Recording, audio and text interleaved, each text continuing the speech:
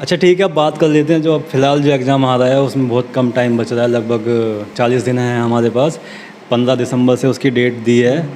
तो इतने कम टाइम में हम क्या कर सकते हैं और कितना अच्छे से अच्छा सोच के अपने लिए रिज़ल्ट ले सकते हैं।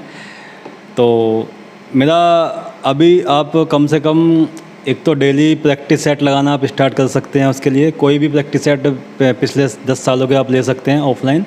ऑनलाइन भी काफ़ी साइट पे भी आजकल मॉक टेस्ट आप दे सकते हैं, आपको मालूम है बहुत सारी साइट हैं। किसी भी एक का आप ले लीजिए और उसमें आप मॉक टेस्ट डेली कम से कम 2 लगाने स्टार्ट कर दीजिए, क्योंकि जब तक आप मॉक टेस्ट नहीं लगाओगे जब तक आपको पता नहीं चलेगा कि आपकी कितनी तैयारी हुई है, कौन सा सब्जेक्ट आपका वीक है, कौन सा स्ट्रॉन्ग है। अपने आप को जानना ही सबसे अच्छा वो रिज़ल्ट, मेन रिज़ल्ट वही है कि आप कितना अभी तक पढ़ पाए हैं। तो 2 घंटे का टाइम, 3 घंटे का टाइम तुम्हें देना है उसके लिए। 1.5 घंटे का 90 मिनट्स का वो एग्ज़ाम है। 90 मिनट्स बिल्कुल आपको शांत होके सब कुछ फ़ोन अपना साइड रख के जो भी है उसमें देना है, कोई भी डिस्टर्ब नहीं। ये सोच के देना है कि यार ये तुम्हारा मेन एग्ज़ाम है, यही चल रहा है तुम्हारा मेन एग्ज़ाम। उसके बाद आप थोड़ा रेस्ट कर सकते हैं। तो उसको बाद उसका आप देखिए कौन से कितने क्वेश्चन तुमने गलत करे हैं, कितना सही हुआ है, मैं कितने पानी में हूँ ये आप जान सकते हैं।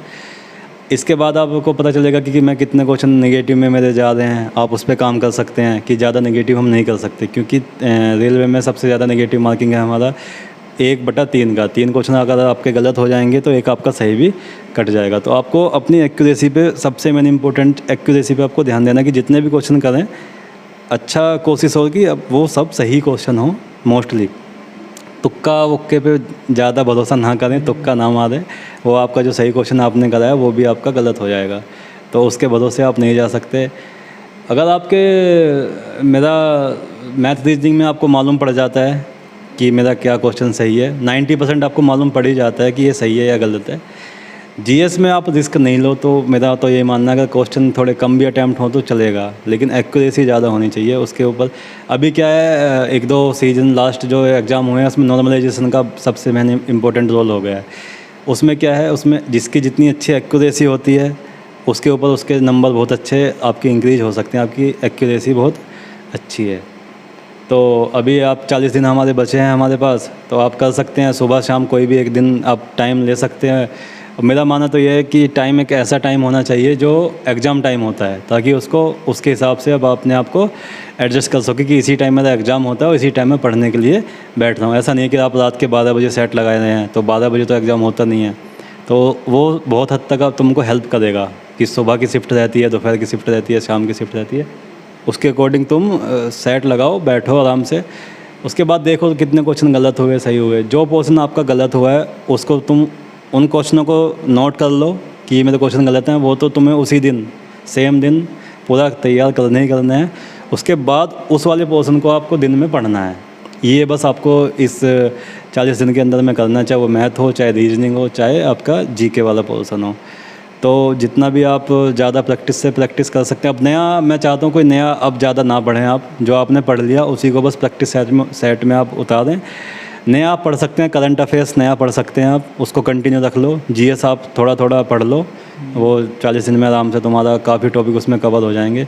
बाकी मैथ रीजनिंग तो अब जो बच्चे कर ही चुके होंगे तो अब प्रैक्टिस करने का टाइम है। अब लास्ट टाइम में अभी नया पढ़ोगे तो वो नुकसान तुम्हारा हो सकता है उसमें। उससे अच्छा जो आपने पढ़ लिया उसी को अच्छे से प्रैक्टिस करें। और बाकी इतना हार्ड एग्ज़ाम नहीं है, और माइंड को अपना एक जगह सेंटर में करके उसको काम करें, और कोई ज़्यादा प्रेशर में आके एग्ज़ाम ना दें। और अपने ऊपर भरोसा सबसे बड़ी चीज़ है। अगर तुम्हें अपने ऊपर भरोसा है तो बहुत अच्छे से हो सकता है सब कुछ। डर के रहोगे तो जो आता हुआ क्वेश्चन भी है वो भी गलत हो जाएगा। अगर तुम्हें लगेगा कि अब सबसे बड़ी निगेटिव चीज़ों के बारे में बात ही मत करो। तुम्हारे 10 क्वेश्चन नहीं हुए, 10 तैयार नहीं हुए, तो तुम ये मत सोचो कि 10 तैयार नहीं हुए, तुम ये सोचो कि मेरे 90 तैयार हैं। 10 के बारे में मत सोचो। मान लो मैथ में 15 चैप्टर हैं, 2 चैप्टर तुमको नहीं आते तो तुम उन्हें छोड़ दो, अभी टाइम नहीं है। अगर तुम्हें 2 चैप्टर नहीं आते तो उसकी टेंशन लेकर तुम बिल्कुल भी मत करो। तुम ये सोचो कि मुझे 13 आते हैं तो मैं 13 में ही अच्छा स्कोर लाने की कोशिश करूँगा। सेम रीजनिंग में भी 1-2 टॉपिक होता है जिसमें बच्चों को प्रॉब्लम आती है, आप उसमें थोड़ा ज़्यादा टाइम आप अपना दे सकते हैं। और बाकी जीएस और करंट अफेयर को बिल्कुल भी हल्के में ना लें। अभी 40 दिन बचे हैं, आप उनके ऊपर बहुत अच्छे से काम कर सकते हैं। डेली 2 घंटे भी पढ़ोगे तो बहुत अच्छे से तैयार हो जाएगा। बाकी टाइम आप अपना प्रैक्टिस सेट में दोगे, मॉक टेस्ट दोगे तो दिन में 6-7 घंटे तुम्हें बस देने हैं 24 घंटे में से, तो बहुत अच्छा रिजल्ट आ सकता है। मेरा मानना ये है अभी आगे का बिल्कुल भी ट्राई ना करें, प्री एग्ज़ाम को पहला फर्स्ट स्टेप माने, ये क्लियर हो जाता है तो मेंस एग्ज़ाम के लिए बाद में आप तैयारी शुरू कर दो। और बाकी मेरी तरफ से आपके लिए मेरी तरफ से आपके लिए गुड लक है। All the very best for all the students. और एक अंदर अपने जुनून हो नौकरी का तो क्या कुछ नहीं हो सकता, बिना जुनून के कुछ भी नहीं है। अगर तुम सोच रहे हो ये एनटीपीसी देंगे उसके बाद फिर आएगा, ऐसे तो फॉर्म तो निकलते रहेंगे और तुम यहीं रहोगे। तो ये लास्ट अपना जो भी है उसमें ही देना है तुमको कि यही है जो भी कुछ है। और बाकी जॉब अच्छी है, बढ़िया है, कोई दिक्कत नहीं है। एनटीपीसी में और भी बहुत सारी जॉब होती हैं, 10-12 पोस्ट हैं, तो वो मेरिट के हिसाब से जो आपको नंबर मिलेंगे उसके हिसाब से आपको मिल जाएगा। तो फ़िलहाल मेरा तो वही था कि जो तुम्हारा स्ट्रॉन्ग पॉइंट है उसको और स्ट्रॉन्ग करो, उस पर फोकस करो।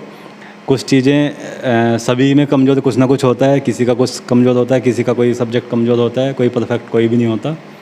तो बस मेरा यही मानना है कि अभी जो भी तुम्हें अपना सबको अपना स्ट्रॉन्ग मालूम होना चाहिए कि मैं किस सब्जेक्ट में मेरी अच्छी पकड़ है, उसको और अच्छे से ज़्यादा उसको परफेक्ट करो। मैथ रीजनिंग 60 नंबर की आएगी, उसमें से तुम ट्राई करो कि मैं 50-55 तक मैं नंबर लाऊं, तो आपका बहुत अच्छा स्कोर वो हो जाएगा।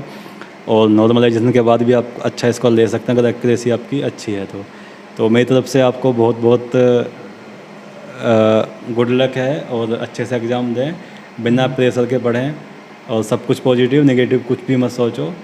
आपके लिए बहुत अच्छा चांस है, 35,000 वैकेंसी है, बहुत ज़्यादा वैकेंसी है, बहुत ज़्यादा चांस है। तो बस, और अपनी राय आप कमेंट सेक्शन में दे सकते हैं। अगर कुछ हमसे गलती हुई है या हम कुछ तुम्हें नहीं बता पाए तो हम कोशिश करेंगे आपको हम अगली वीडियो में उसे और अच्छे से क्लियर करके आपको बता सकें। बाकी स्टेशन मास्टर की वर्किंग क्या है क्या नहीं है उसके लिए एक वीडियो अलग से बनाना पड़ेगा, ये वीडियो बहुत लंबा हो जाएगा। और मैं आपको आने वाली वीडियो में आपको मैं बताऊँगा कि साइको एक स्टेशन मास्टर के लिए एक टेस्ट होता है साइको, तो उसके लिए आप कैसे प्रिपरेशन करना है, कहाँ से करना है, वो मैं आपको आने वाले टाइम में जैसे जैसे इस एग्ज़ाम का ये चलेगा, मेंस चलेगा, साइको का टाइम आएगा, मैं उस टाइम पे बताऊंगा कि मेडिकल का क्या प्रोसीजर है, मेडिकल में क्या होता है, साइको में क्या पूछते हैं, मेंस में क्या पूछते हैं। तो अभी फ़िलहाल आप बस प्री एग्ज़ाम है, बस आपका वही टारगेट होना चाहिए कि यही मेरा सब कुछ है, ये समझ के तुम पढ़ो, ये लास्ट है, और बार बार एग्ज़ाम नहीं देना, इसी में जी तोड़ के मेहनत लगा दो तुम, सब अच्छा हो जाएगा।